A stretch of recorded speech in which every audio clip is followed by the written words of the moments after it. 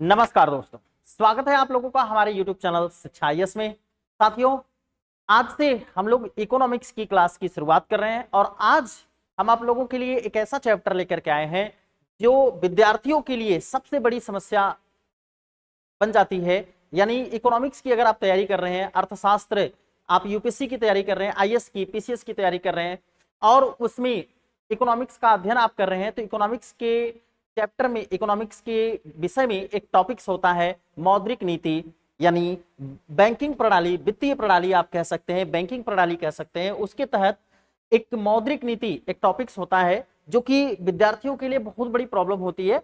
और ये टॉपिक ना केवल पीटी के लिहाज से महत्वपूर्ण है, प्री एग्जाम के लिए महत्वपूर्ण है, आईएएस के लिए, बल्कि आपके यूपीएससी मेंस के लिए भी ये काफी इंपॉर्टेंट है। अगर देखा जाए तो हर साल यहां से क्वेश्चन आते हैं, चाहे आपके आईएएस से क्वेश्चन पूछे जाए या पीसीएस से।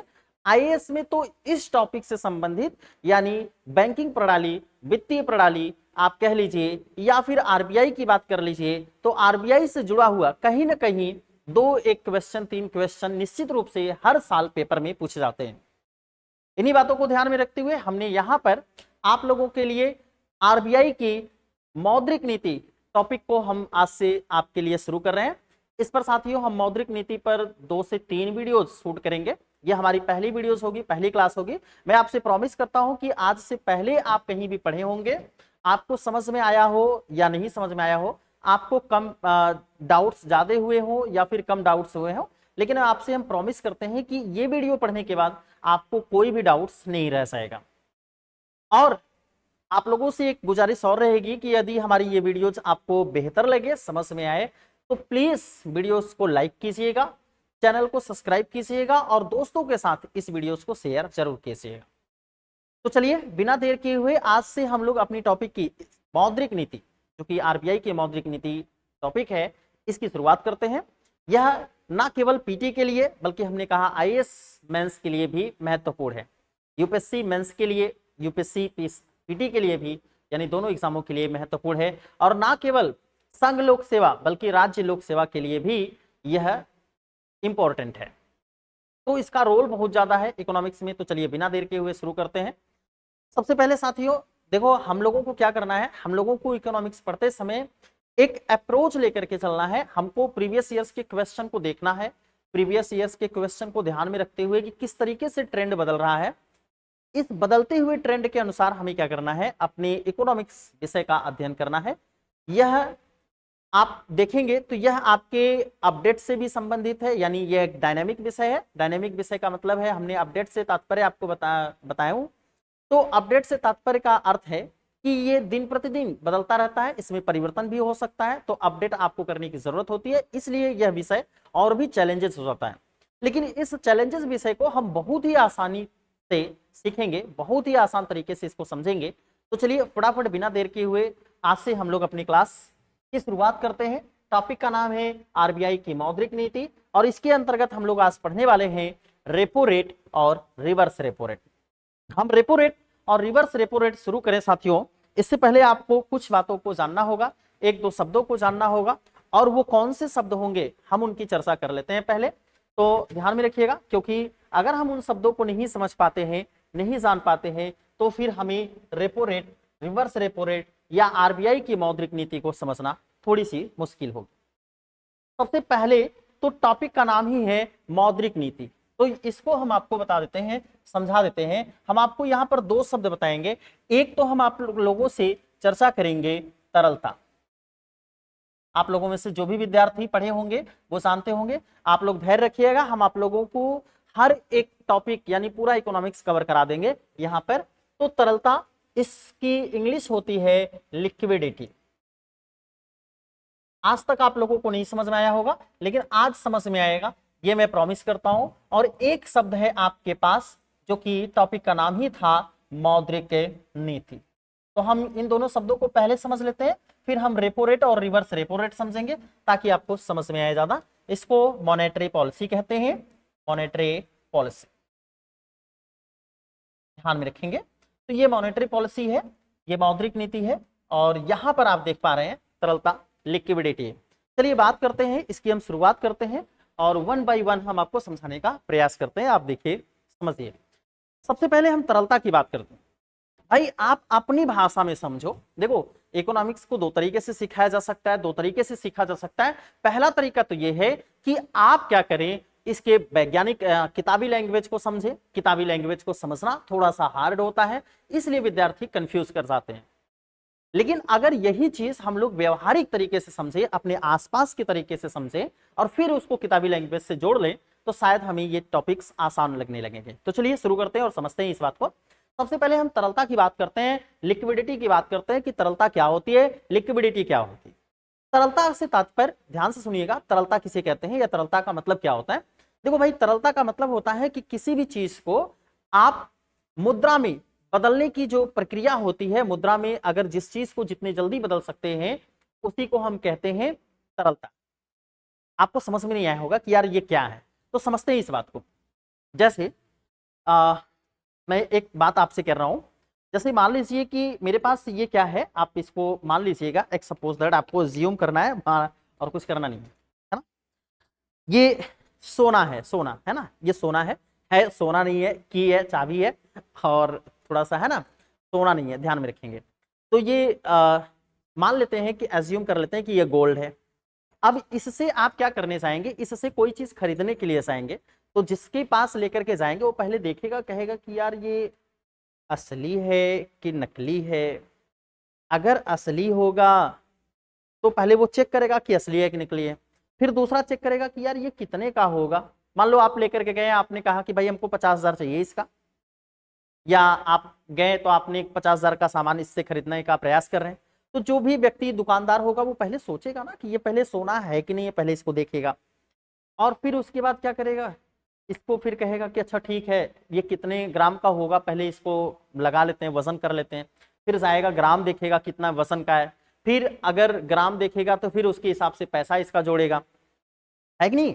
50,000 का आपको सामान लेना है, लेकिन आप इसको अगर सोने को बेच करके अगर आप वही सामान लेना चाहेंगे तो थोड़ा सा टाइम लगेगा।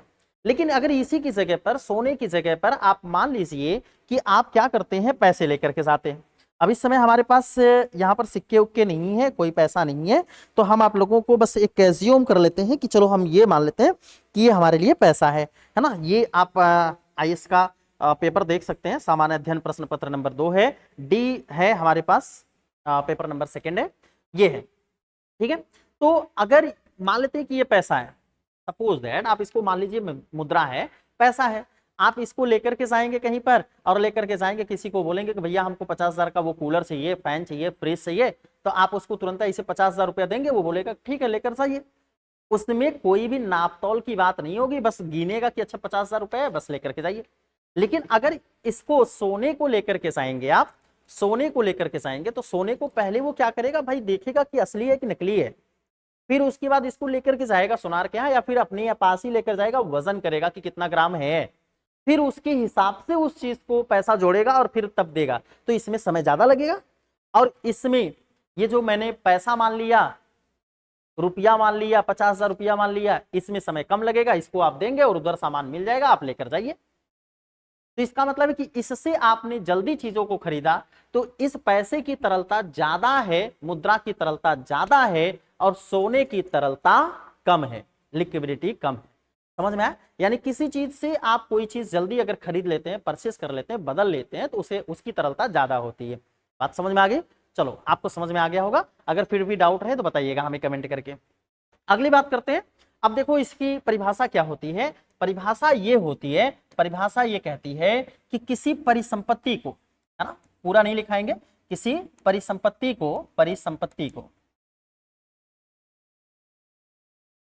नगदी में परिवर्तित करने की क्षमता ही, यानी नगदी में परिवर्तित करने का मतलब है कि मान लेते हैं कि हमने अभी ये आपसे कहा कि ये सोना है, लेकिन इसको पैसे में बदलना है, तो पैसे में बदलने में क्या करेगा भाई, थोड़ा सा टाइम लगेगा, मुद्रा में बदलने में टाइम लगेगा। नगद कहते हैं ना भाई, नगद दे देता तो सही रहा, कैश दे देता तो मतलब सही रहा। कहीं कहीं किसी दुकान पर जाते हैं, आप कोई सामान लेते हैं और आप कहते हैं भैया अब है तो पैसा बनाया बटे, चला भेज देवे, या फिर ऐसे कई रिवाज दे देवे, चेक के द्वारा दे दें क्या, एक आध लोग कहते हैं अरे नहीं यार कैश दे देता तो बढ़िया रहा।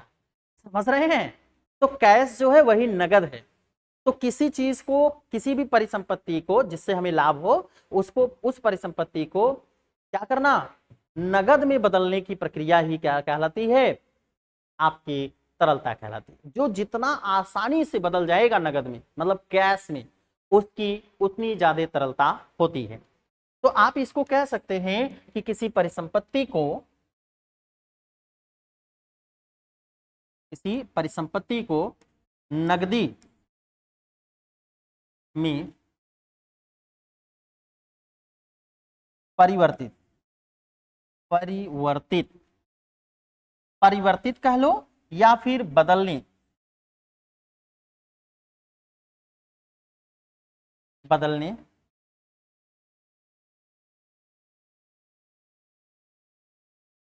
की प्रक्रिया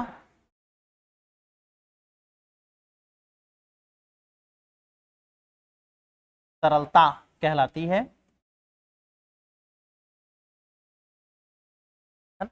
तो ध्यान में रखिएगा, जिसमें क्या होगा, समय और हानि बहुत कम लगता है। तो मोटे मोटे तौर पर आप अपने भाषा में समझ लेना भाई, इस बात को आप अपनी भाषा में समझो कि बस क्या करना है हमें कि भाई जिससे अगर हम कोई चीज जल्दी खरीद लेते हैं उसकी तरलता ज्यादा है, और जिससे हम किसी चीज को देर से खरीदेंगे उसकी तरलता कम है। तो चलो हम एक क्वेश्चन देते हैं, आप लोग कमेंट करके बताना कि क्या आंसर होना चाहिए, है ना। आपको बताना है, मैंने यहां पर लिख दिया भूमि, आपको बताना होगा भूमि।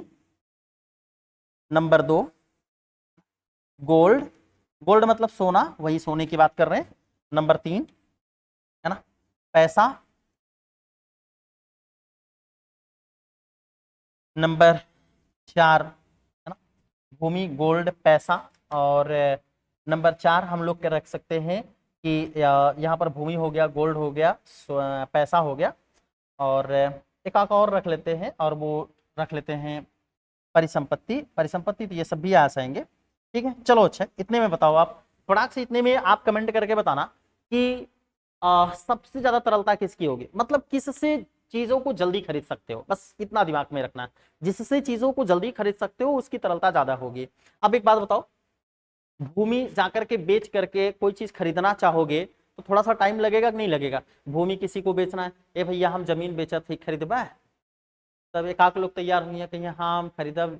तो जब बेचने की बात आती है तो एक आक महीने लग जाता है, रजिस्ट्री वगैरह कराने में, नाम उम लिखाने में, सब 1-1.5 महीने लग जाते हैं, 15-20 दिन लग जाते हैं। तो भूमि में तो भाई टाइम लग गया। फिर इसके बाद गोल्ड की बात कर लेते हैं, सोना को भी खरीद, अगर सोना को बेच करके आप पैसा प्राप्त करना चाहते हैं तो उसको भी बेच करके पैसा प्राप्त करने में थोड़ा सा टाइम लगेगा। भाई जाएंगे सोनार के यहाँ, वजन करवाएंगे कितना सोना है, अच्छा इतना सोना है, ओरिजिनल सोना है कि लोकल सोना है, मतलब 22 कैरेट का है कि 20 कैरेट का है कि 18 कैरेट का है कि 24 कैरेट का है, कितने कैरेट का है वो देखा जाएगा, फिर उसके हिसाब से पैसा जोड़ा जाएगा और फिर पैसा मिलेगा।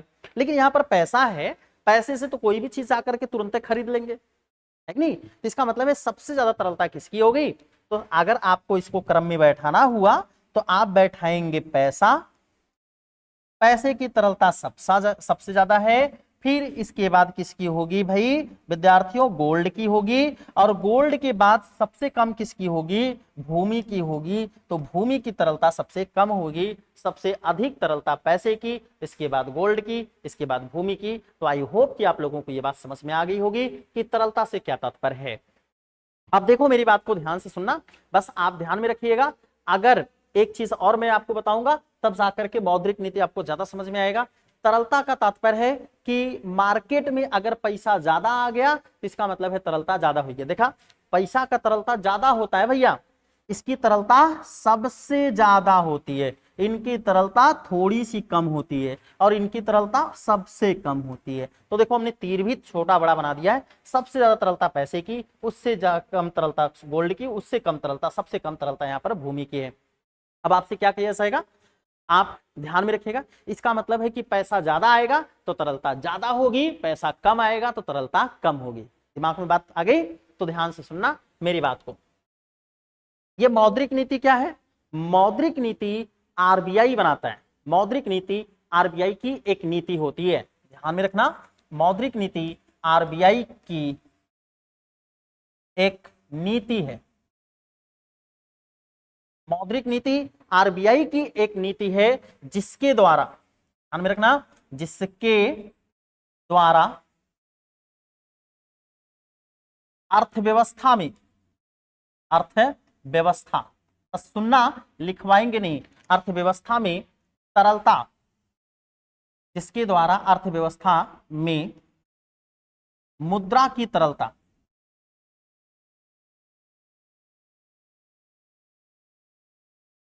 को नियंत्रित किया जाता है, को नियंत्रित किया जाता है। चलो अब यहां पर लिख देते हैं, को नियंत्रित।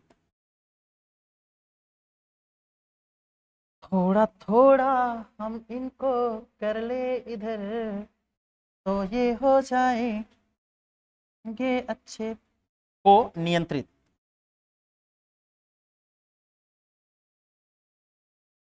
को नियंत्रित किया जाता है।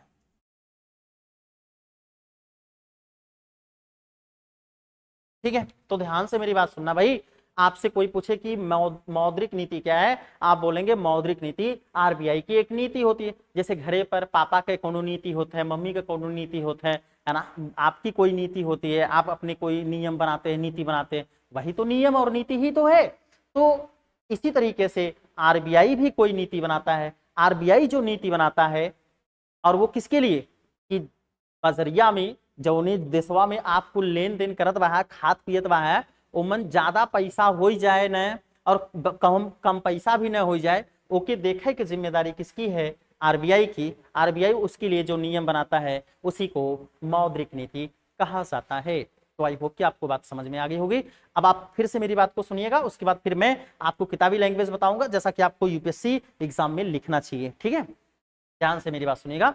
आपको आपसे क्या पूछा जाएगा, मौद्रिक नीति क्या है, तो आप कहेंगे मौद्रिक नीति आरबीआई की वह नीति है, या मौद्रिक नीति आरबीआई की एक नीति है जिसके द्वारा अर्थव्यवस्था में मुद्रा की तरलता को, मुद्रा मतलब भैया पैसा, ध्यान में रखेंगे, ये मुद्रा मतलब यहां पर क्या है, पैसा है, पैसा। तो ये बात ध्यान में रखना, मुद्रा मतलब पैसा है। ठीक है, पैसा, मुद्रा मतलब पैसा, ये देख लो, मुद्रा मतलब पैसा। तो आप क्या बोलेंगे, आप बोलेंगे मौद्रिक नीति वह नीति होती है जिसके द्वारा आरबीआई क्या करता है, अर्थव्यवस्था में मुद्रा यानी पैसे की तरलता को नियंत्रित करता है। तरलता का मतलब वही ज्यादा होना और कम होना, तो पैसे की तरलता ज्यादा है, तो पैसा बहुत ज्यादा भी न हो जाए और पैसा बहुत कम भी न हो जाए, नहीं तो बड़ी दिक्कत आई जाए। आप लोगन में से कई लोग आपके घरे हुई है जे ना यूपीएससी पढ़त लिखत हुए भैया, वो लोगन के लगत हुए यार अगर देशवा में खूब ढेर का पैसा हो जाते, कुल ढेर के छप जाता है तो कितना मजा आवत। आपको को लगत हुए कभी कभी कि पैसा यार कुल ढेर के छप जाता है, का बुढ़िया भर के लेके जाए। तो पता है एक कहानी आपको सुनाते हैं, सुनिएगा ध्यान से। अगर पैसा बहुत ज्यादा छप जाए तब भी दिक्कत हो जाएगी, और दिक्कत क्या होगी वो सुनिएगा। दरअसल बहुत पहले की बात है, अभी गूगल पर आपको मिल जाएगा वो। तो वेस्ट इंडीज था कि जिम्बाब्वे था, ऐसा कोई देश था, और वहां पर क्या था कि बहुत ज्यादा पैसा छाप दें। वहां की सरकार को लगा कि यार बहुत ज्यादा पैसा छप जाए चाहिए, तो वहां पर जो बैंक थी, केंद्रीय बैंक थी, जैसे भारत में आरबीआई है, ऐसे ही हर देश में एक एक मुख्य बैंक होते हैं। तो वहां पर जो बैंकिया रहा वो खूब ढेर का पैसा छाप दे, खूब पैसा छाप दे, और जब पैसा छाप दे तो सबके पास खूब ढेर ढेर का पैसा हो गया, भर भर के पैसा हो गया। और देखा आपको जाना थे कि बतिया के जब केहू के पास पैसा ज्यादा हो जाता है तो वो ज्यादा खर्चा करे लगत है कि ना। जब आपके पास पैसा ज्यादा हो जाए ना, तब कतो भूख ना लगा रहे, तब वो कोनो दोस्त मिल जाए तो कहा आओ चल चल यार कोल्ड ड्रिंक पी ली, तो नहीं था, होता ही नहीं होता है। मैक्सिमम लोग, अब एक आध लोग मत ये कहिएगा सर मैं नहीं खर्चा करता हूँ, भाई एक आध लोग नहीं खर्च करते हैं, लेकिन बहुत सारे लोग खर्च करते हैं। फिर उसके बाद कई लोग होते हैं कहीं पर इधर उधर आते जाते हैं तो बोलते हैं कि यार मतलब कहीं जा रहे हैं और कुछ पैसा वैसा ज्यादा बटे, भौजी के यहाँ जाते हैं तो कहीं अरे यार अभी लोकल लोकल मिठाई थोड़ी ले, चल 500 रुपया वाला मिठाई ले ली, तनी 1000 रुपया वाला मिठाई ले ली। और अगर पैसा न रहे, कम पैसा रहे, कब अरे यार का करी, चल हुए इमरतिया ले ली 100 रुपया वाला किलो, 150 रुपया किलो, है कि नहीं। तो कहने का मतलब यह है भैया कि अगर पैसा आपके पास ज्यादा रहेगा लोग ज्यादा खर्च करते हैं, और जब पैसा कम रहे तो कम खर्च करिए। अब दूसरे की बात सुना, अगर पैसा ज्यादा रहेगा और आप ज्यादा खर्च करेंगे, देखिए सीजन आ रहा है किसका, बरसात का सीजन आ रहा है, और बरसात का तो लगभग मौसम आ ही गया है इंडिया में। और जिस दिन ये वीडियो शूट हो रहा है इस समय जून का महीना लास्ट है, और इस समय मौसम आ चुका है भारत में बरसात का। और वर्षा ऋतु। और इस समय आप लोग देख रहे होंगे कि अब धीरे धीरे केला जो है मार्केट में ज्यादा आएगा। तो जब केला मार्केट में ज्यादा आ जाता है तो आप लोग केले को देखते होंगे कि केला जब बिकता है तो कभी कभी क्या होता है कि केला जब लोग नहीं खरीदते हैं तो लोग क्या करते हैं, जब केलवा नहीं खरीदेंगे तो लोग क्या बोलेंगे, केलवा जब सड़े लगे तो एक आग दिया जावा, कैसे दर्जन दिया भैया, 60 रुपया दर्जन, 60 रुपया दर्जन दे, चल चलिए चल। तो उनका कहीं है अगर केलवा खराब होता रहे, अच्छा आवा भैया आवा आवा, कितने मिलेगा कितने मिलेगा कितने मिलेगा, आवा आवा बतावा कितने मिलेगा, आवा भाई कमे कह दी बेच उसके जाई, कम से कम खराब होगा अच्छा बाकी बेचाई जाए। होता है कि नहीं होता है।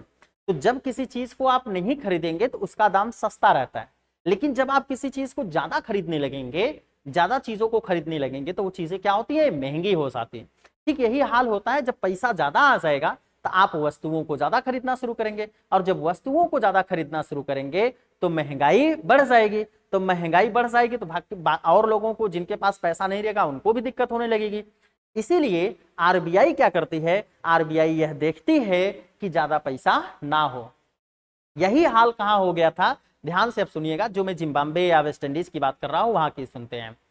वहां पर क्या था, जिम्बाब्वे वेस्ट इंडीज या केन्या ऐसा कोई देश था, तो वहां पर क्या था, वहां पैसा इतना ज्यादा छाप देन, इतना ज्यादा छाप देन कि सबके पास खूब पैसा हो गया, और जब सब जने खूब सामान खरीदे लगे तो कुल सामानिया बहुत महंगा हो गया।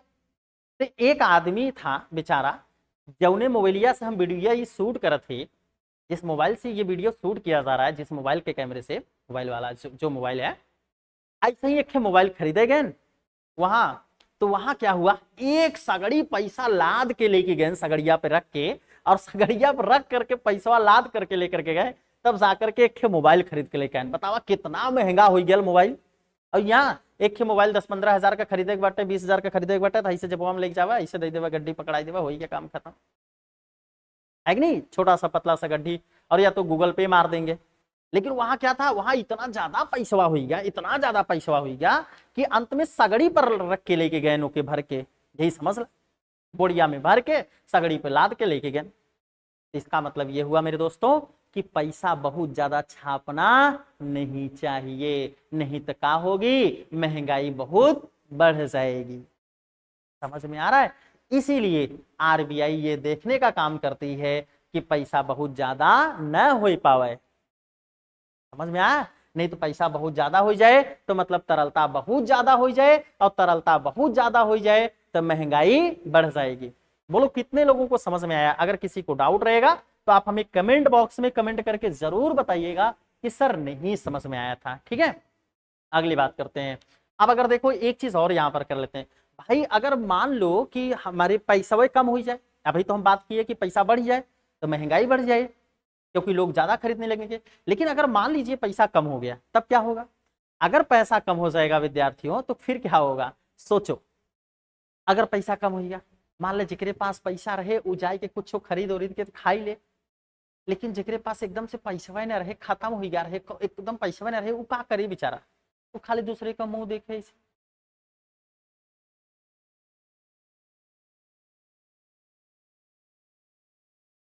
ऐसे देखेगा कि नहीं देखेगा। तो कहने का मतलब यह है कि पैसा अगर कम हो जाए, अच्छा दूसरी की बात है, मुंह देखेगा बेचारा, और उसके बाद जौन बाजारी में कुल सामान उमान रहे वो कुल सड़े गले लगे, क्योंकि व्यक्ति के पास पैसा नहीं है तो खरीदेंगे नहीं। जब आपके पास कोई पैसा नहीं रहेगा तो आप खरीदेंगे कहां से कोई चीज। तो जब आपके पास पैसा नहीं होगा, ऐसे ही भारत में किसी के पास पैसा नहीं रहेगा या पैसा बहुत कम हो जाएगा तो हम लोग नहीं खरीदेंगे, और जब नहीं खरीदेंगे तो सेब, संतरा, दाल, चीनी कोई भी चीज रहेगी वो खराब होने लगेगा। तो इसलिए आरबीआई यह भी देखता है कि लोगों के पास एकदम से पैसा खत्म भी ना हो पावे, थोड़ा थोड़ा पैसा भी रहे, और थोड़ा थोड़ा महंगाई बढ़त रहे। एक के साथ बहुत ज्यादा पैसा ना छाप दे कि महंगाई बढ़ जाए, और एक के साथ बहुत कम पैसा ना कह दी कि बेचारे खरीदे ना पावे और कुल वस्तु जौन सामान रहे सड़े गले लगे।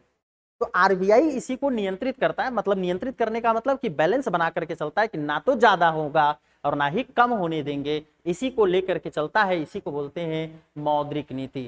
समझ में आया। तो मौद्रिक नीति क्या है कि मुद्रा की तरलता को नियंत्रित करता है। मुद्रा की तरलता का मतलब ना तो पैसा ज्यादा होना चाहिए और ना ही कम होना चाहिए। समझ में आ गया। ये दो वर्ड अगर आप विद्यार्थी समझ गए हैं तो आप लोग कमेंट बॉक्स में कमेंट करके बताइए कि यस सर हम समझ गए। टाइम तो मैंने लिया इस बात को समझाने के लिए, लेकिन मैं यकीन दिलाता हूं कि आप लोगों में से जितने भी होंगे आप सभी लोगों को ये बात समझ में आ गई होगी। अब चलो आगे बढ़ते हैं। तो ध्यान में रखना मौद्रिक नीति क्या है, इसी को कई लोग बोलते हैं, इसी को आप किताबों में पढ़ेंगे तो यहां पर लिखा रहता है मौद्रिक नीति केंद्रीय बैंक की एक नीति है। आरबीआई को ही केंद्रीय बैंक कहते हैं, ये भारत की केंद्रीय बैंक है। जो बैंकों का बैंक है उसी को हम केंद्रीय बैंक कहते हैं। फिर से समझते हैं, जो बैंकों का बैंक है उसी को हम क्या कहते हैं, केंद्रीय बैंक कहते हैं। एक क्वेश्चन हुआ है, कहां से हुआ भैया, देखा इधर पास में, देखिए हम आप लोगों को पढ़ा रहे हैं और ये बेचारे सो रहे हैं, खुजान हुआ है ना, इधर देखा।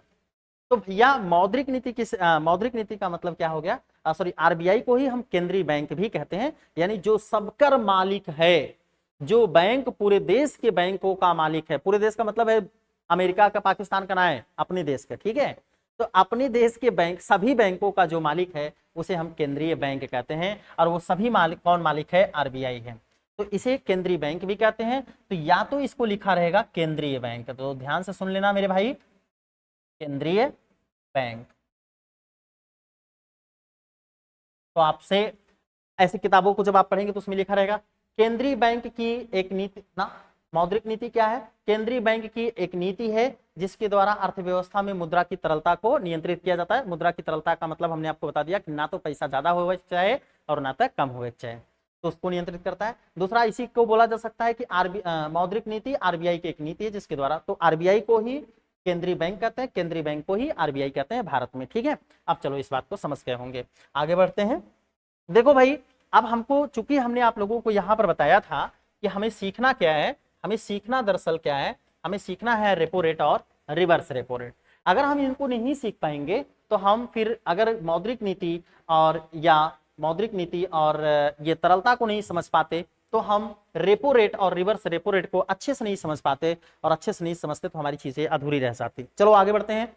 अब हम शुरू करेंगे रेपो रेट साथियों और रिवर्स रेपो रेट। एकदम ध्यान से सुनना, आपको एक एक स्टेप करके सारी चीजें समझ में आ जाएंगी, आपके मन में कभी डाउट्स नहीं रह जाएगा इसके बारे में। और यहां से क्वेश्चन आपके एग्जाम में पूछे जाते हैं, तो वो चीज आप ध्यान में रखिएगा। तो चलिए शुरू करते हैं। देखो भाई, हम लोग सबसे पहले क्या पढ़ते हैं, रेपो रेट, ठीक है। क्या पढ़ते हैं भाई, रेपो रेट।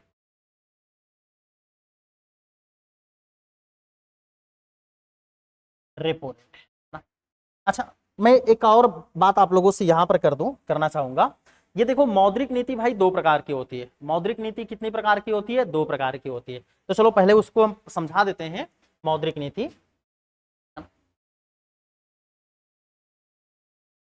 मौद्रिक नीति के उपकरण या प्रकार। तो मौद्रिक नीति के उपकरण, मॉनेटरी या प्रकार, types of monetary policy. There are mainly two parts of monetary policy. First है ना, पहला है मौद्रिक नीति के प्रकार में, पहला मौद्रिक नीति का प्रकार जो है वो है मात्रात्मक, मात्रात्मक, मात्रात्मक मौद्रिक नीति।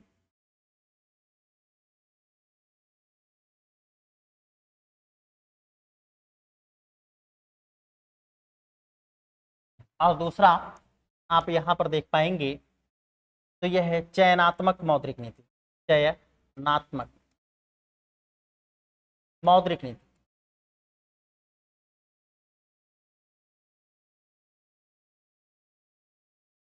चलो भाई, ये देखो मात्रात्मक मौद्रिक नीति क्या होती है इसको समझते हैं। मात्रात्मक मौद्रिक नीति का मतलब है, अभी बताते हैं आपको, इधर सुनिएगा तब समझ में आएगा आपको। मात्रात्मक मौद्रिक नीति में LAF, अभी ये क्या होता है मैं आपको समझाऊंगा बट आप देखिएगा फटाफट। LAF होता है, दूसरा क्या है, VRR है, VRR है ना, तीसरा क्या है, बैंक रेट है, बैंक रेट है। अगला चौथा क्या है, तो LAF VRR bank rate, MSF rate, MSF rate, आप ऐसा कह सकते हैं, या MSF, ठीक है, आप MSF रेड कर लीजिए। OM, अगला क्या है, OMO, OMO, है ना। तो इस तरीके से हम इन लोगों को पढ़ेंगे, इन सब चीजों को देखेंगे।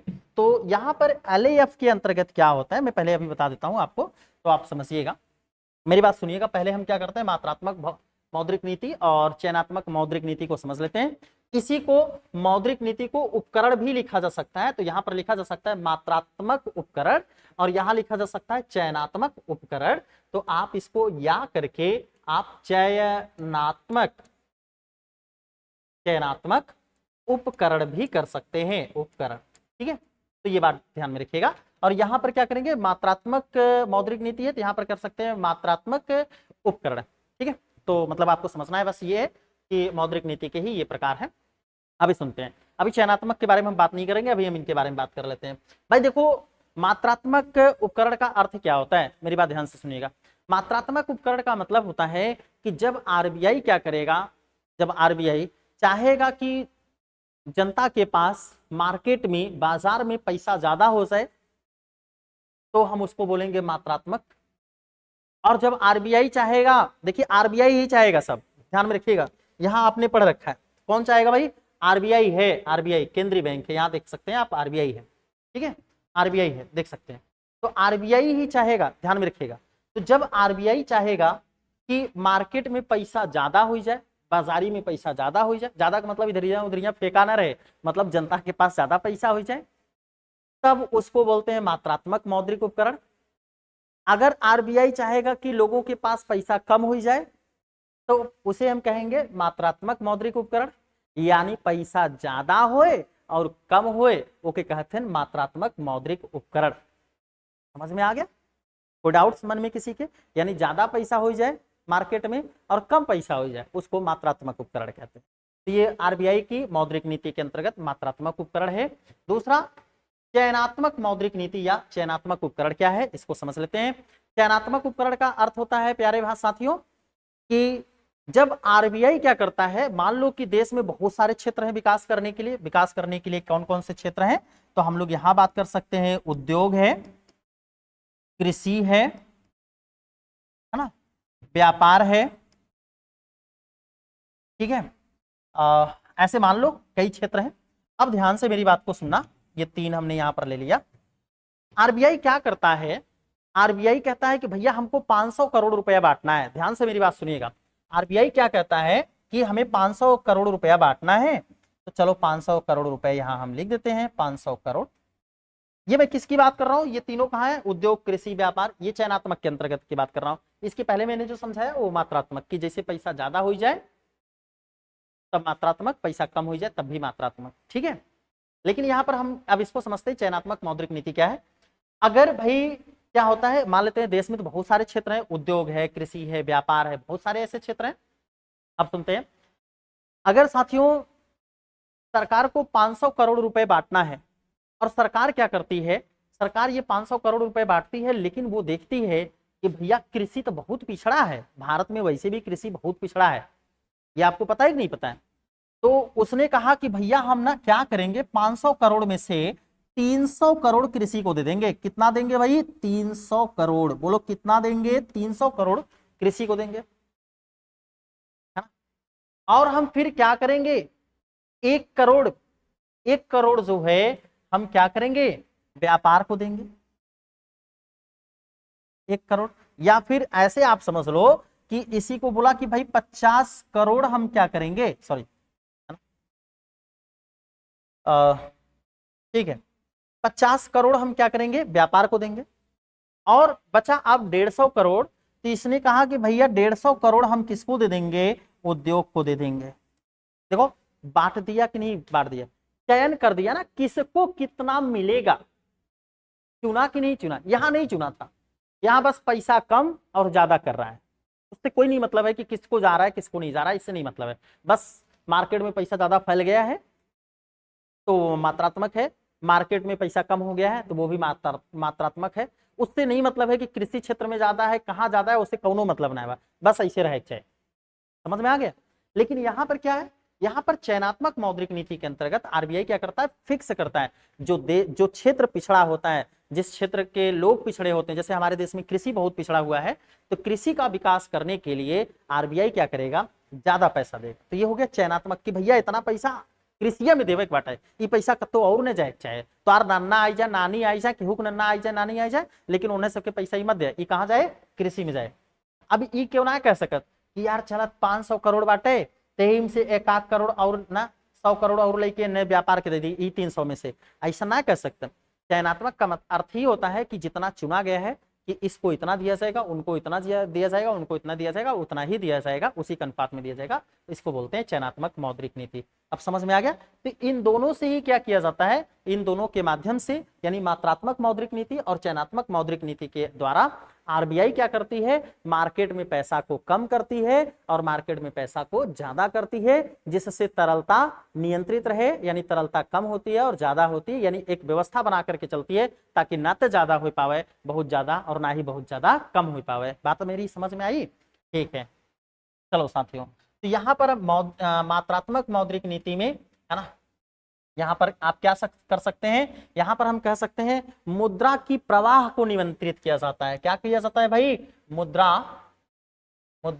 की प्रवाह को, ये पीटी का क्वेश्चन बनेगा, ध्यान में रखना, ऐसे पूछा जाएगा, प्रवाह को, मुद्रा की प्रवाह को नियंत्रित करता है।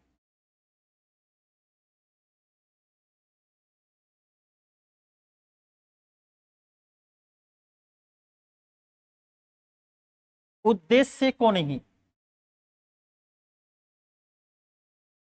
उद्देश्य को नहीं, है ना, ध्यान में रखना भाई।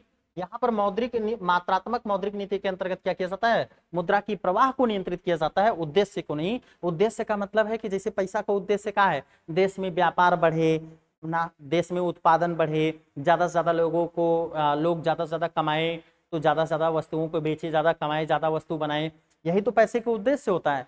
लेकिन अब यहाँ क्या है, अब ऐसा थोड़ी बात है कि पैसा के नियंत्रित करते हैं, मुद्रा के नियंत्रित करते हैं, तो बाद कहते हैं हाँ अब देश में कुछ न बने, तब तक देश के विकास है ना हो। इसलिए इसका मतलब यह हुआ कि उद्देश्य को नियंत्रित नहीं करता, पैसा का जो उद्देश्य है वो काम करवे करे, ओकर उद्देश्य है देश में उत्पादन करे के, उत्पादन करना चाहिए, लेकिन उसकी प्रवाह को मतलब वो ज्यादा ना हो पाए और बहुत कम भी ना हो पाए, उसको नियंत्रित करता है। ठीक है, तो ये बात ध्यान में रखेंगे, पीटी का क्वेश्चन पूछा जाएगा। और यहां पर क्या किया जाता है भाई, यहां पर मुद्रा की प्रवाह को तो नियंत्रित किया ही जाता है, साथ ही साथ उसके उद्देश्य को भी नियंत्रित थोड़ा बहुत कर दिया जाता है, मतलब यहां पर चयनात्मक क्षेत्र में। अभी हम इनके बारे में बाद में बात करेंगे, हम देखेंगे बाद में, ठीक है। चलो आगे बात करते हैं। अब देखो भाई साथियों, मेरी बात ध्यान से सुनने का प्रयास करना आप लोग, और वीडियोस अगर पसंद आ रही हो तो लाइक कर लेना और दोस्तों के साथ शेयर कर देना वीडियोस को, और ज्यादा से ज्यादा दोस्तों को बताना, और है ना।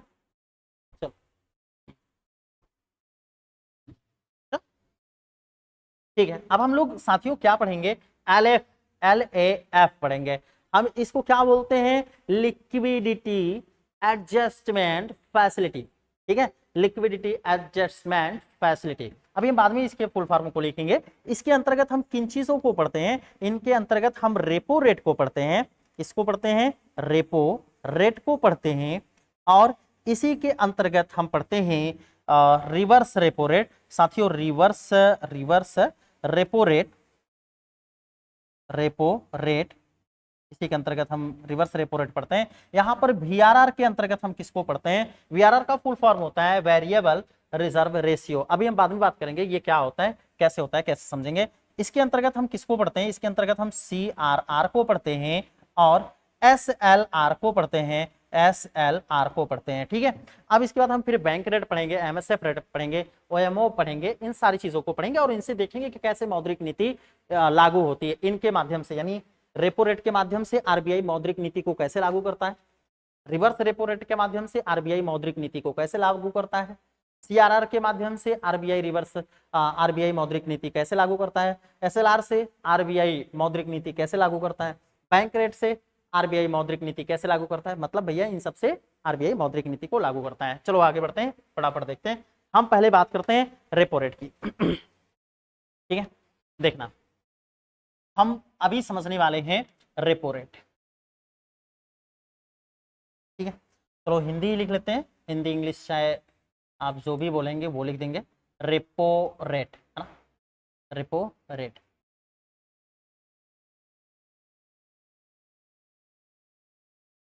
रेपो रेट, ठीक है भाई। चलो देखते हैं कि रेपो रेट क्या है ना। ठीक है, इधर देखते हैं। ये अगर हम रेपो रेट की बात करते हैं तो सबसे पहले इसको ध्यान से मेरी बात सुनना, एकदम अच्छे से समझना, कुछ भी मत करिएगा, वीडियो की स्किप मत करिएगा, आपको पूरा का पूरा समझ में आ जाएगा, मैं प्रॉमिस करता हूं आपसे। देखो भाई, अगर हम मान लेते हैं कि ये हमारे पास आरबीआई बैंक है। कौन है? आरबीआई है। ध्यान से मेरी बात सुनना। चलो थोड़ा सा और नीचे बना लेते हैं आरबीआई को। आरबीआई, अरे भैया इधर आसा, आरबीआई, ठीक है, ये आरबीआई हो गया हमारे पास। और यहां पर क्या हो गया, चलो यहां पर हमने मान लिया एसबीआई बैंक है, एसबीआई है, पंजाब है, पंजाब नेशनल बैंक है ना, एसबीआई है, पंजाब नेशनल बैंक है, एचडीएफसी बैंक है, ये सारे बैंक है। और भी जो बैंक आपको लेने का मन करे, जो भी बैंक का नाम आपको लेने का मन करे, आप उस बैंक का नाम लिख लीजिए, कोई दिक्कत नहीं है ना, उस बैंक का नाम लिख लीजिए, कोई दिक्कत नहीं है। तो आप इसको देखिए, तो ये मान लेते हैं कि ये हमारे पास बैंक है। ये कैसे बैंक है? वाणिज्यिक बैंक है, व्यापारिक बैंक है, ठीक है। ये कैसे बैंक है भाई? व्यापारिक बैंक है।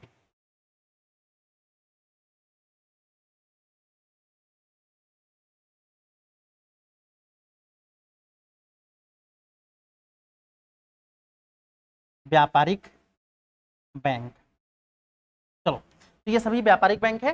व्यापारिक बैंक वह बैंक होता है जो लाभ कमाने के उद्देश्य से चलता है, ठीक है। जैसे सरकार सरकारी स्कूल जब खोलती है तो सरकार सरकारी स्कूल इसलिए खोलता है कि ताकि बच्चे पढ़ें, समाज का विकास हो, देश का विकास हो, है ना, परिवार का विकास हो, सबका विकास हो, इसलिए सरकार सरकारी स्कूलों को चलाती है।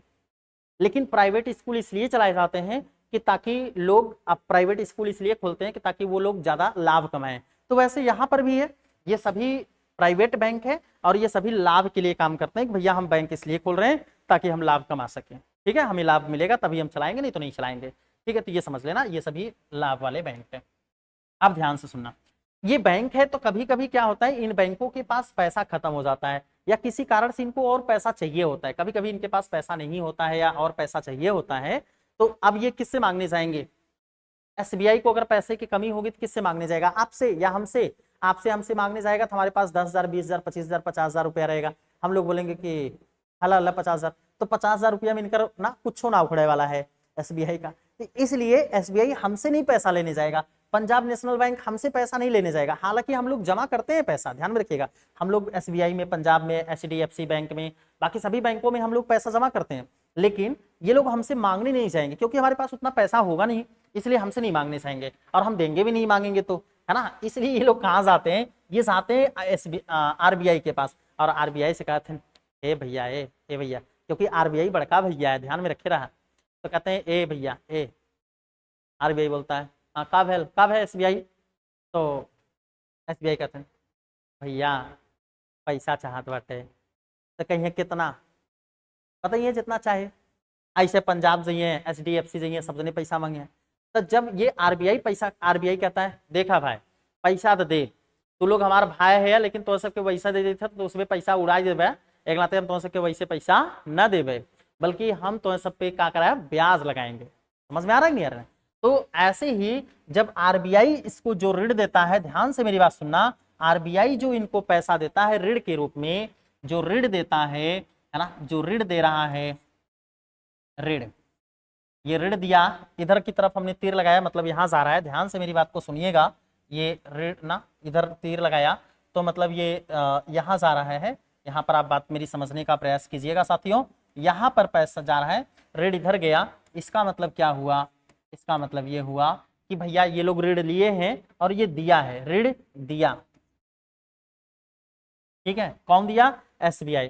तो एसबीआई जब ऋण दिया तो जो ब्याज, मतलब कुछ ब्याज लगाया होगा, तो जो ब्याज लगाया,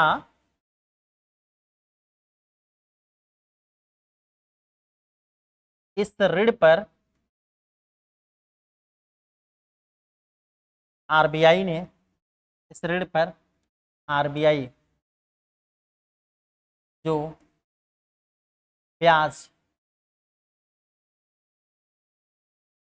लगाता है उसे रेपो रेट कहते हैं। अब समझ में आ गया, उसे रेपो रेट कहते हैं भैया, रेपो रेट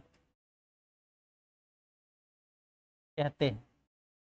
बोलो कितने लोगों को समझ में आया और कितने लोगों को नहीं समझ में आया। आप लोगों में से अगर कोई भी विद्यार्थी ऐसे हो जिनको नहीं समझ में आया हो, आप वो कमेंट करके कमेंट बताना मुझे कि नहीं समझ में आया। भैया हमने कहा आरबीआई जब इनको पैसा देगा तो जिस ब्याज दर पर पैसा देता है वही रेपो रेट कहलाता है। तो आई थिंक आपको ये बात समझ में आ गई होगी। अच्छा, आप लोगों को अगर लगे कि यार सर जी बहुत धीमे धीमे पढ़ाते हैं तो आप वीडियो को बहुत स्पीड में कर लीजिएगा ना, कोई दिक्कत नहीं है, ठीक है। आगे देखो। अच्छा एक बात बताइएगा, अब ध्यान से मेरी बात सुनिएगा। अभी अपडेट हुआ है 6 जून 2025 को, ठीक है, 6 जून 2025 को अभी अपडेट हुआ है और रेपो रेट में परिवर्तन हुआ है। ये आपको जानना चाहिए, जो भी विद्यार्थी पढ़ाई कर रहे हैं तो आप सभी विद्यार्थियों को जानना चाहिए कि रेपो रेट में परिवर्तन हुआ है। 6 जून 2025 को आरबीआई ने रेपो रेट में परिवर्तन किया है। पहले रेपो रेट कितना था, 6% था, लेकिन आज रेपो रेट कितना है कमेंट करके बताना। मैं तो बताने ही जा रहा हूं, आज रेपो रेट जो है वो है 5.50% है, यानी 50 आधार की कमी कर दी गई है, ठीक है। 5.5% आज रेपो रेट है। आप देखो भाई मेरी बात ध्यान से सुनना, अगर मान लो कि रेपो रेट के मतलब यहां पर पैसा दिया गया और ये लोग पैसा ले लिए। अब समझते हैं इस बात को, ध्यान से मेरी बात को सुनना, यही आपको समझना होगा। मान लो कि भाई इसने जो ऋण दिया, आरबीआई ने जो ऋण दिया उसको तो रेपो रेट का, उस पर जो ब्याज लगा रहा है उसी को तो रेपो रेट कह रहे हैं। लेकिन कितना ऋण दिया था, मान लेते हैं कि 100 रुपया ऋण दिया। अब आप ये मत कहिएगा ऋण 100 रुपया, ध्यान में रखिएगा, ऋण 100 रुपया दे दिया। अब इस पर ब्याज कितना लगाया है ना, वो देख लो भाई, ब्याज कितना है, ब्याज देख लो, ब्याज ब्याज मान लो 2 रुपया है। कितना है, 2 रुपया है। ध्यान से मेरी बात सुनना, 2 रुपए ब्याज पर, तो यही 2 रुपया ब्याज जो है वो रेपो रेट है। आपको समझ में आ गया होगा। अब देखो ध्यान से मेरी बात सुनना, 100 रुपया दिया, इनके पास पैसा कितना बचेगा, इन लोगों के पास पैसा कितना आएगा। अगर इन सभी को 100 रुपये पर दिया है, 100 रुपया दिया और 2 रुपया ब्याज लगाया, तो इनके पास अगर मान लीजिए आया, तो अब अगर ये 100 रुपये में से कितना ब्याज दे देंगे, 2 रुपया ब्याज दे दिए, तो कितना बचा, 98 रुपया बच गया। ध्यान से एकदम मेरी बात को सुनना, आपको समझ में आएगा। यहाँ पर कितना बच गया भाई, 98 रुपया। मैं यहीं पर लिख देता हूँ ताकि आप समझ पाओ और अच्छे से। तो 98 रुपए यहाँ पर बच गया, ठीक है। चलो दिख रहा होगा आप लोगों को, मैं भी स्क्रीन में देख लेता हूँ दिख रहा है कि नहीं दिख रहा है। चलो दिख रहा है, आप थोड़ा सा स्क्रीन को, स्लाइड को बड़ा कर लेना और दिख जाएगा आपको, ठीक है। तो 98 रुपया इनको दे दिया। आप सुनते हैं ध्यान से, चलो थोड़ा सा और को इंक्रीज कर देते हैं ताकि और आपको अच्छे से दिखे।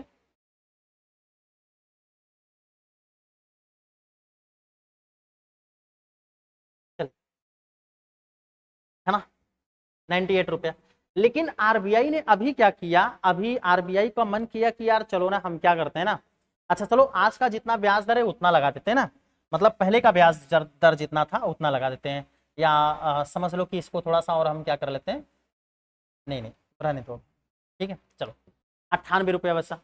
अब इसके बाद मान लो कि आरबीआई फिर से ऋण दिया, या आरबीआई का मन किया कि भैया अब हम 2 रुपया ब्याज पर नहीं देंगे पैसा, अब हम कितने पर देंगे, 5 रुपए ब्याज पर देंगे। ध्यान से मेरी बात सुनना, आरबीआई ने कहा कि अब हम जो ऋण देंगे वो 2 रुपए ब्याज पर नहीं देंगे, है ना, वो 2 रुपए ब्याज पर ऋण नहीं देंगे, बल्कि कितने ब्याज पर देंगे, तो वो हम देंगे 10 रुपए ब्याज पर देंगे या 5 रुपए ब्याज पर देंगे। तो फिर से ऋण दिया, ध्यान में रख लीजिएगा, मैं यहां लिख देता हूं ऋण, ऋण दिया और इस पर ब्याज कितना लगाया भाई, कितना दिया, 100 रुपया दिया, 100 रुपया ना, ऋण दिया 100 रुपए, तो 100 रुपया ऋण दिया। अब बताओ इस पर ब्याज कितना लगा दिया भाई, इस पर ब्याज लगा दिया भैया, ब्याज लगा दिया, बोला कि ब्याज जो रहेगा ना, अब वो 2 रुपया नहीं रहेगा, वो ब्याज होगा कितना, वो ब्याज होगा 10 रुपया, 10 रुपये ब्याज। अब एक बात बताओ साथियों, कि अगर 10 रुपया यहाँ पर आरबीआई ने ब्याज लगा दिया, तो इसके पास, इन लोगों के पास कितना पैसा आएगा, सोच करके बताओ मुझे, इन लोगों के पास कितना पैसा आएगा, कितना आएगा, बताओ बताओ फटाफट बताओ तो, इन लोगों के पास कितना पैसा आएगा। अब सीधी सी बात है, 10 रुपया अगर ये ब्याज ले लेगा तो बचेगा 90 रुपए। अब ध्यान से मेरी बात सुनना एकदम अच्छे से, यहां पर कितना बचेगा, 90 रुपए।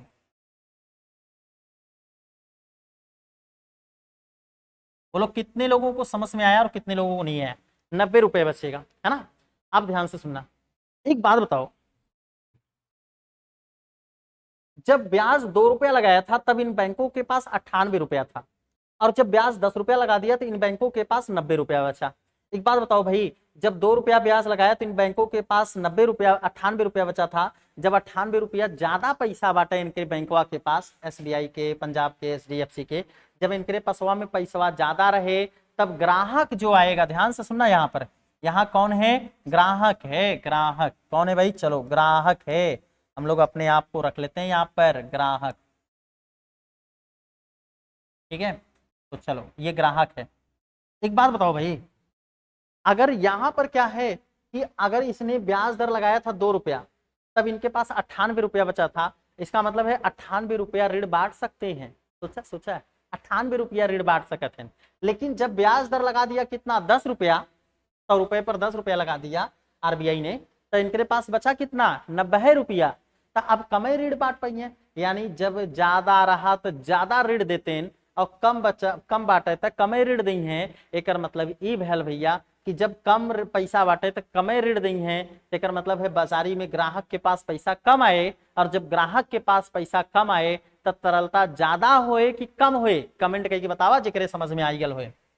देखे भाई, अगर प्यारे बच्चों, विद्यार्थियों, अगर ये ऋण देता है, ये ऋण देता है यहां से, अब ये ग्राहक को ऋण देता है, ठीक है। ये सारे बैंक क्या कर रहे हैं, 98 रुपए से ग्राहक को ऋण दे रहे हैं। तो ग्राहक के पास ऋण जब जा रहा है 98 रुपए का, तो यहां पर क्या होगा, ऋण जा रहा है, ऋण दिया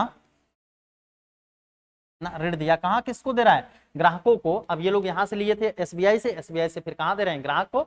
ग्राहक के पास ऋण दिया 98 रुपया, तब तरलता आपको बताना है, तब दिया,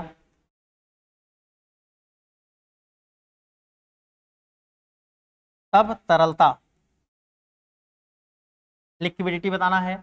और जब साथियों 90 रुपए जो बचा था, अगर 90 रुपए ऋण देता है ग्राहकों को, यानी अभी 98 रुपया ऋण दे रहा था, और अब क्या है, 90 रुपए ऋण देगा। अगर 90 रुपए ऋण दिया, यहां से देख लो, ऋण दिया, तब तरलता,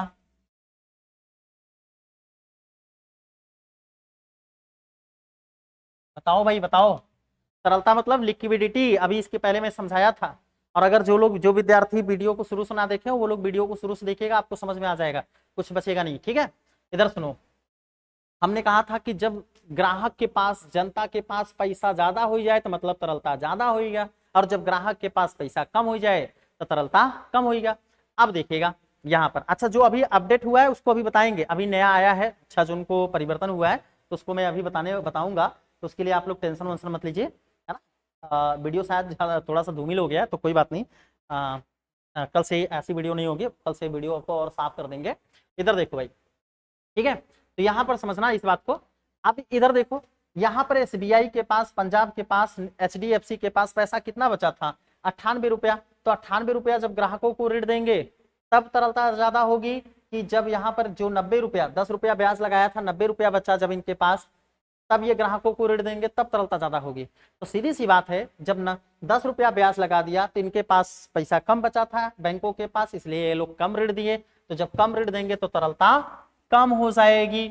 और जब 2 रुपया ब्याज लिया था तो ग्राहक, इनके पास पैसा ज्यादा बचा था, एसबीआई के पास, पंजाब के पास, एचडीएफसी के पास, 3 लोगों ने ग्राहकों को ज्यादा ऋण दिया, तब तरलता क्या हो गई भैया, जब इन लोगों ने ज्यादा ऋण दिया तब तरलता ज्यादा हो गई। ऊपर की तरफ लिखा, तीर लगा दिया, इसका मतलब है तरलता ज्यादा है, नीचे की तरफ तीर लगा दिया, इसका मतलब तरलता कम हो गई। बोलो कितने लोगों को समझ में आई, और कितने भाई बंधु को ये बात नहीं समझ में आई। जिनको नहीं समझ में आया हो वो सभी विद्यार्थी कमेंट करिएगा, जो भी आपका डाउट्स रहेगा मैं पर्सनली उस डाउट को आपको क्लियर करूंगा, ऑनलाइन आकर के, लाइव आकर के क्लास में। तो ये बात आप ध्यान में रखना। चलो आगे बात करते हैं भाई, ये बात हो गई। अब देखो देखो इससे क्या हो गया ना, मेरी बात सुनना, देखो इन जब दे रहा था पैसा, रेपो रेट को घटा दिया, जब रेपो रेट को बढ़ा दिया तो तरलता क्या हो गई, 10 रुपया रेपो रेट ले लिया, ब्याज दर 10 रुपया लगा दिया, तो तरलता घट गई, मतलब बाजारी में पैसा कम हो गया। और जब बाजारिया में पैसा कम हो जाए, मतलब ग्राहक के पास पैसा कम हो जाए, जब आपके पास पैसा कम रहे तब ज्यादा खरीदबा कि कम खरीदबा? अरे कमे खरीदबा ना। तो जब कमे खरीदबा, ग्राहक के पास तरलता कम हो गया, चला एक तिरिया इधर से बना देती भैया, देख ले।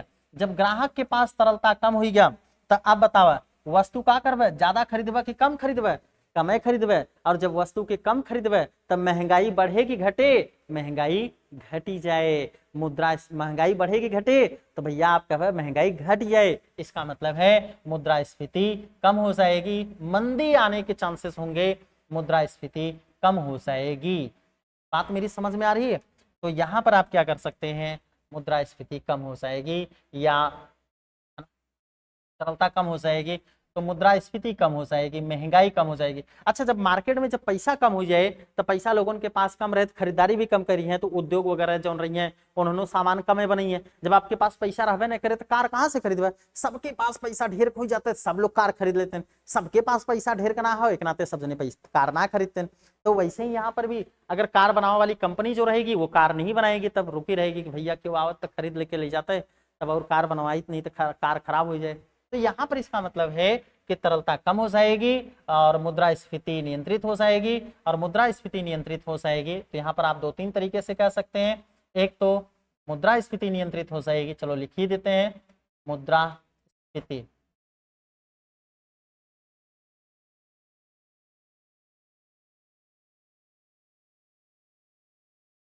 नियंत्रित,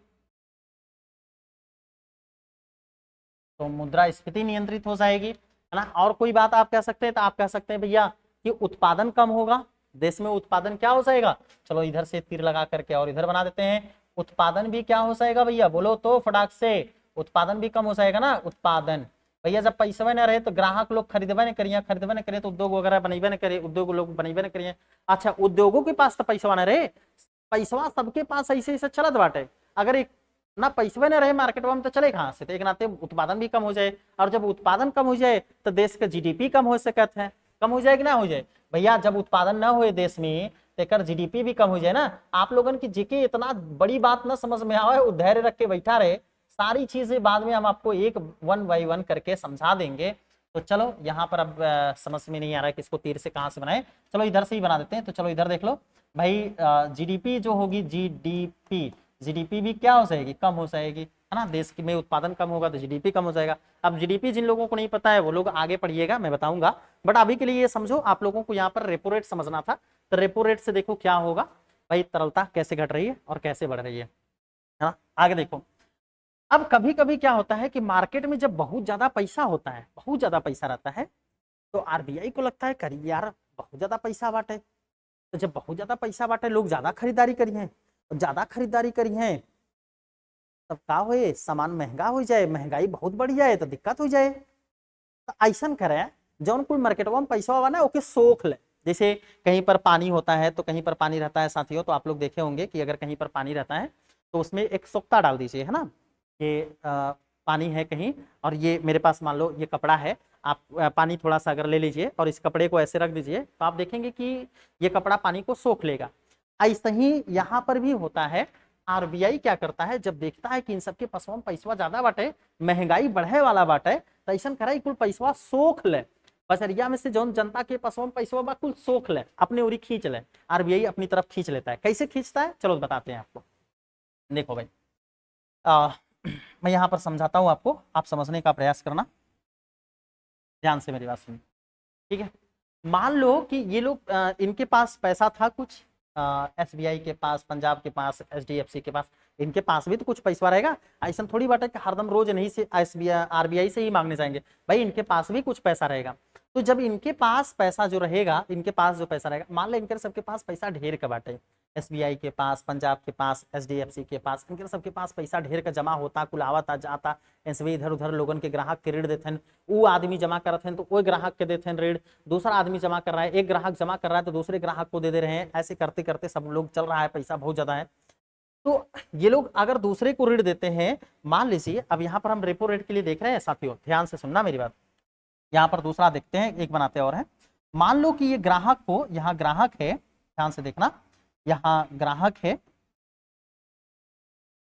ठीक है, देख लो, अब वीडियो खत्म कर देंगे।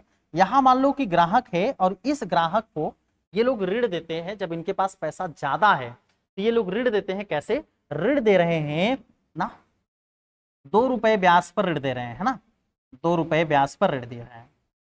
तो चलो लिख देते हैं डायरेक्ट 2 रुपए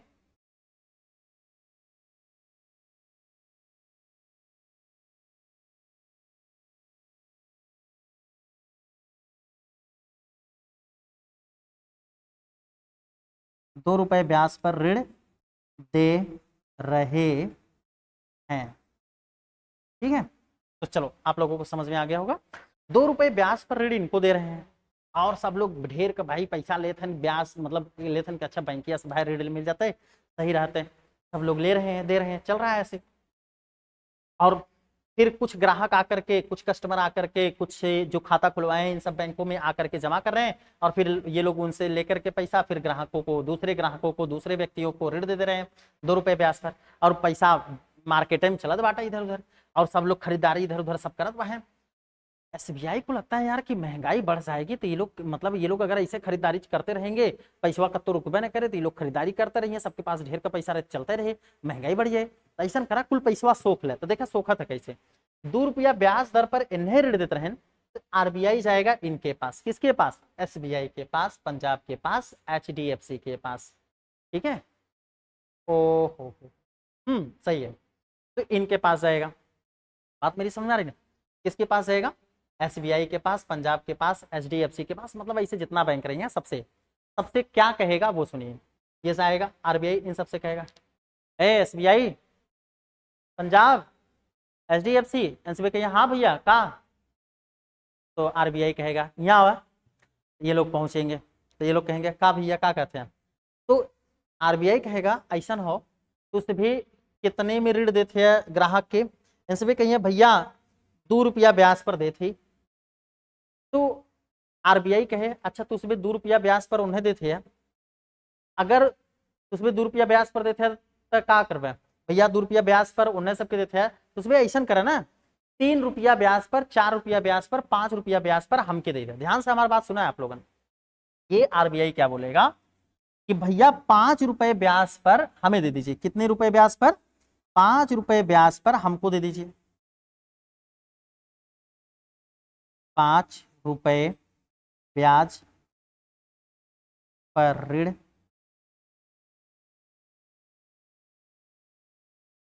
समझ में आ रहा है भाई, ये आरबीआई ने कहा कि 5 रुपए ब्याज पर हमको ऋण दे दो। अब एक बात बताओ आप लोग सभी लोग यहाँ पर देख रहे हैं तो आप लोग एकदम ईमानदारी से बताना, ये एसबीआई, पंजाब, एचडीएफसी किसको अब ऋण देंगे कि इनको ज्यादा लाभ होगा, ग्राहक को। ग्राहक को 2 रुपए ब्याज पर ऋण दे रहे हैं। अगर ये लोग किसको देंगे ऋण, आरबीआई को ऋण देंगे तो आरबीआई को 5 रुपए ब्याज पर ऋण देंगे। तो बताओ इन सभी कहाँ दें कि ज्यादा लाभ होए, भैया सीधी सी बात है आरबीआई को देंगे, क्यों आरबीआई को देंगे तो 5 रुपए लाभ हुए और इन्हें सबके दी है तो 2 रुपया लाभ हुए, तो कहाँ दी है अब आरबीआई की। और आरबीआई का करे, आरबीआई ए बदे ना लेत बाटे कि आरबीआई के पास पैसा कम हो गल बा, आरबीआई के पास पैसा बा लेकिन आरबीआई ए बदे के लेता कि ताकि ही मार्केटवा में इनके सबके पास में ज्यादा पैसा ना रहे, नहीं तो कुल खरीदा लगे ढेर का सामान उमान और कुल महंगा हो जाए, इसलिए आरबीआई पैसा मांग लेता हूँ। समझ में आ रहा है, तो आरबीआई क्या करेगा, आरबीआई इनसे पैसा मांग लेगा और इन सबसे पैसा ले लेगा, बोलेगा 5 रुपया ब्याज पर हमके दे दे। और ये लोग क्या करेंगे भैया, अब इनको, इन लोगों को लाभ कहाँ ज्यादा होगा भाई, आरबीआई को देंगे तो ज्यादा फायदा होगा और ग्राहक को देंगे तो कम फायदा होगा, इसलिए ज्यादा लाभ के लिए ये लोग क्या करेंगे, आरबीआई को देंगे। आरबीआई के पास पैसा चला जाएगा, आरबीआई पैसा लेकर के रहेगा। तो जिस ब्याज दर पर, अब ये लोग भी क्या करेंगे, ये लोग कहेंगे भैया तुमसे हम गा रहे पैसा लेवे तो तू ब्याज दर लगाए रहे, तू कह रहा कि भैया ब्याज पर दे पैसा, तो हमहू तुम्हें पैसा तो देव लेकिन हमें ब्याज चाहिए, नहीं तो हम ग्राहक के दे देबे। आरबीआई कहे ठीक बा मर्दे, तू लोग काहे टेंशन लेते हुआ, दा तो सही।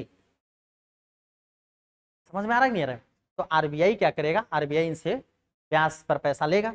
तो जिस ब्याज पर ये लोग पैसा देंगे, यही ब्याज दर, जिस ब्याज दर पर ये आरबीआई इनसे पैसा लेगा, वही ब्याज दर रिवर्स रेपो रेट कहलाता है। तो आप लोगों को पहले से आपको पता था कि हमने आपको यहाँ पर दिखाया था रिवर्स रेपो रेट की, भैया रिवर्स रेपो रेट यहाँ पर देख लीजिए, एक रेपो रेट था और एक रिवर्स रेपो रेट था। देखो आप बात को समझिए, यहाँ पर ये रिवर्स रेपो रेट और ये रेपो रेट। तो रेपो रेट तो हमने समझा था, अब रिवर्स रेपो रेट समझने की बारी आ गई है। तो रिवर्स रेपो रेट क्या है?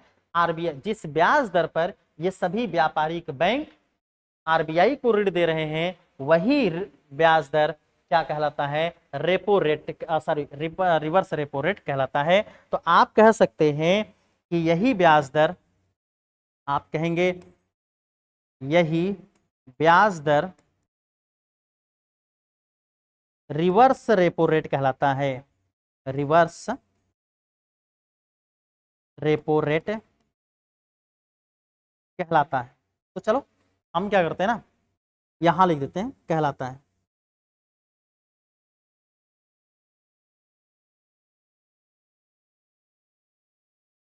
तो भैया ये जो है यही ब्याज दर रिवर्स रेपो रेट कहलाता है। बात समझ में आ गई? तो आई थिंक आप लोगों को, मुझे लगता है कि सारी बातें समझ में आ गई होंगी। तो ध्यान से मेरी बात सुन लेना। तो आपको अगर वीडियो में कोई भी कंफ्यूजन हो तो आप मुझे बता देना। अब मैं आपको थोड़ा सा अपडेट बता देता हूं, जो अपडेट हुआ है वो बता देता हूं। तो चलो एक नया स्लाइड और ले लेते हैं साथियों। देखो अभी हाल ही में 6 जून, ठीक है, 6 जून 2025 को रिवर्स रेपो रेट है ना, सॉरी रेपो रेट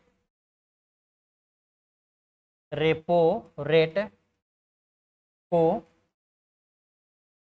5 बात ध्यान से सुन लेना भाई, 5.50% कर दिया गया है। 5.50% कर दिया गया है ना। और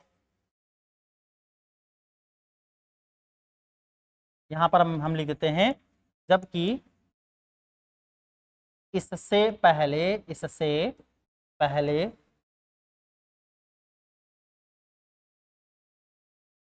जबकि इससे पहले रेपो 6% रेपो रेट, हाँ, जबकि इससे पहले 6% रेपो रेट था। ये बात ध्यान में रखना।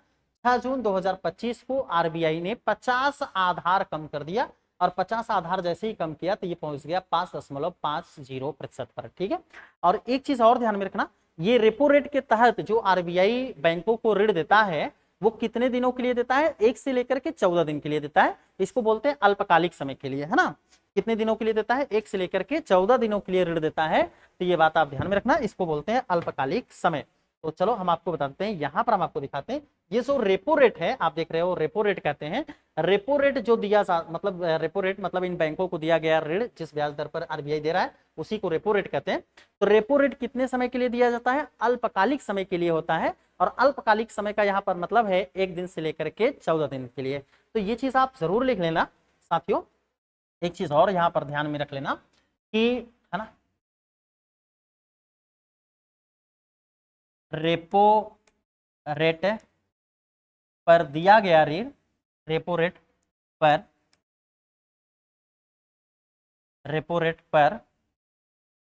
व्यापारिक बैंकों को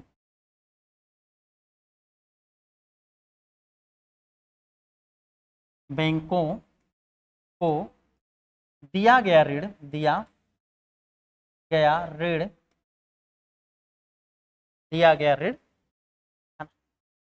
अल्पकालिक होता है। अल्पकालिक यानी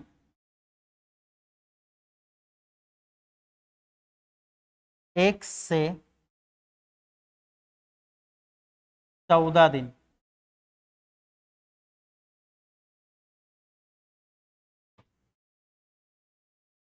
के लिए होता है। ठीक है, तो ये बात आप ध्यान में रखना साथियों। रेपो रेट पर जो व्यापारिक बैंकों को ऋण दिया जाता है, व्यापारिक बैंकों को दिया गया ऋण अल्पकालिक के लिए होता है, यानी 1 से 14 दिन के लिए होता है। तो 1 से 14 दिन के अंदर इन लोगों को क्या करना होगा? जो व्यापारिक बैंक ऋण लिए रहेंगे, जैसे एसबीआई ऋण ले ले या एचडीएफसी ऋण लिया हो, आरबीआई से, तो इन लोगों को क्या करना होगा, वापस करना होगा। किसको वापस करना होगा, आरबीआई को वापस करना होगा। तो चलो आप लोगों में से कमेंट करके मुझे आप लोग ये बताओ कि भाई कितने लोगों को ये समझ में आया और कितने लोगों को नहीं समझ में आया। अगर आप लोगों को समझ में आया हो तो आप लोग मुझे बताइए कि हाँ सर ये समझ में आ गया। अगर नहीं समझ में आया तब भी आप कमेंट करके बताना, और हम आपको इसको क्या करेंगे, फिर से समझाएंगे, फिर बताएंगे कि इससे क्या होगा, कैसे होगा, तो ध्यान में रखना। अच्छा एक चीज और, मैं चलते चलते आप लोगों से एक आध दो क्वेश्चन पूछ करके यहाँ पर जाऊंगा, और वो आप क्वेश्चन को जरूर बता देना। हाँ, वो चीज आपको मैं आपसे जो पूछ रहा हूँ वो ध्यान में रखिएगा। जैसे अगर हम लोग क्या करते हैं, इधर सुनिएगा,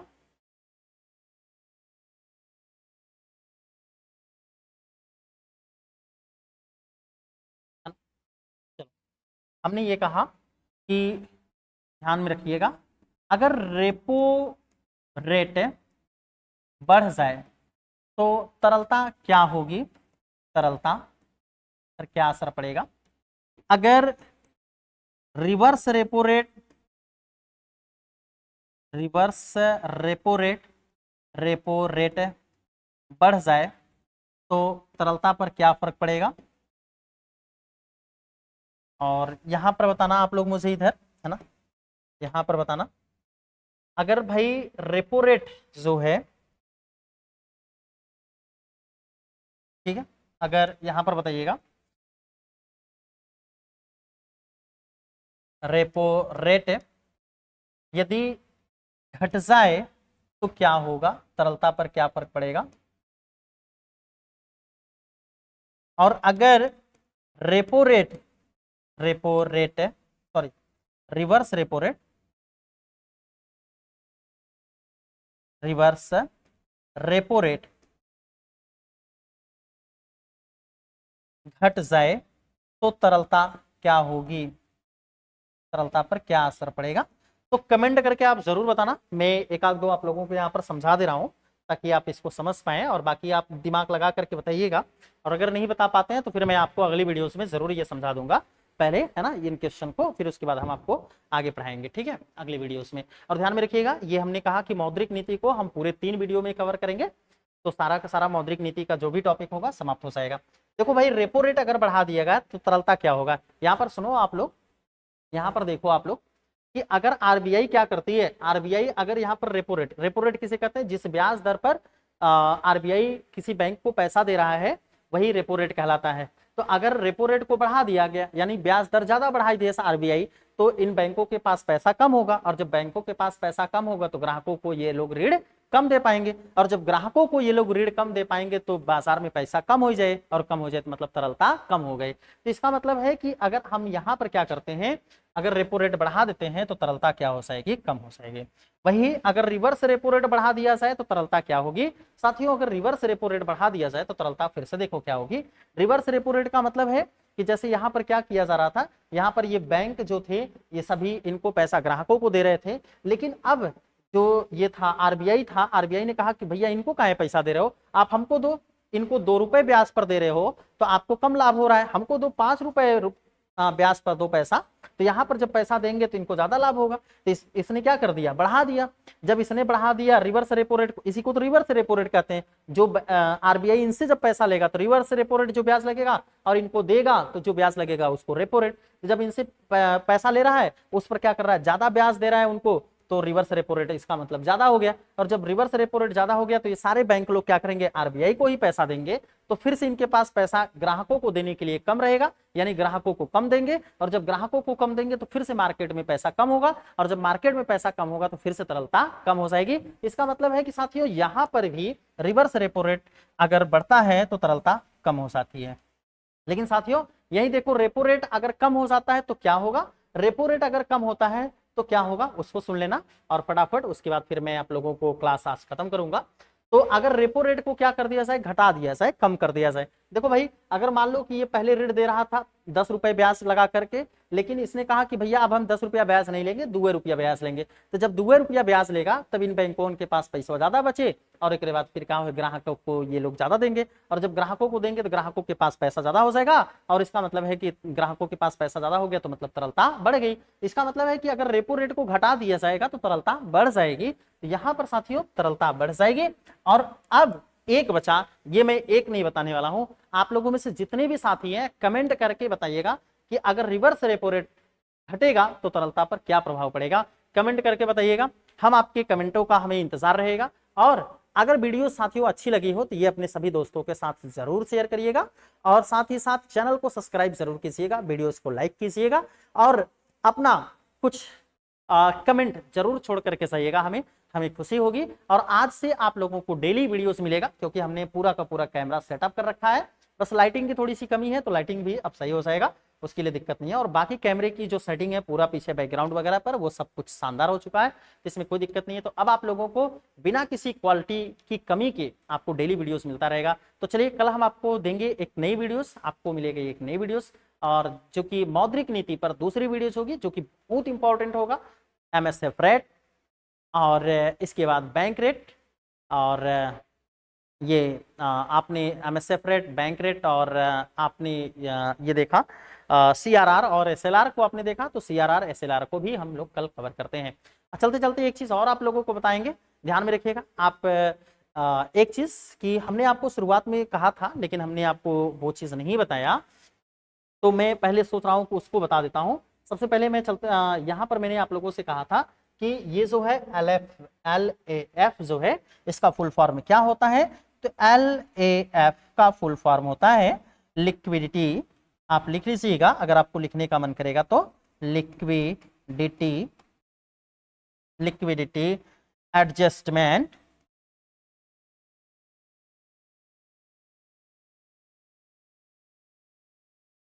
फैसिलिटी, है ना। तो लिक्विडिटी एडजस्टमेंट फैसिलिटी, तो फैसिलिटी में यहां लिख देता हूं, कहां लिखूं, चलो यहीं लिख देता हूं, फैसिलिटी, ठीक है। तो ये लिक्विडिटी एडजस्टमेंट फैसिलिटी, तरलता समायोजन, है ना, फैसिलिटी का मतलब होता है सुविधा, ठीक है। तो तरलता समायोजन सुविधा, तो आप इसकी हिंदी लिख सकते हैं, अगर आपको मन करेगा तो लिखिएगा, नहीं मन करेगा तो नहीं लिखिएगा, जैसा भी हो। तो तरलता समायोजन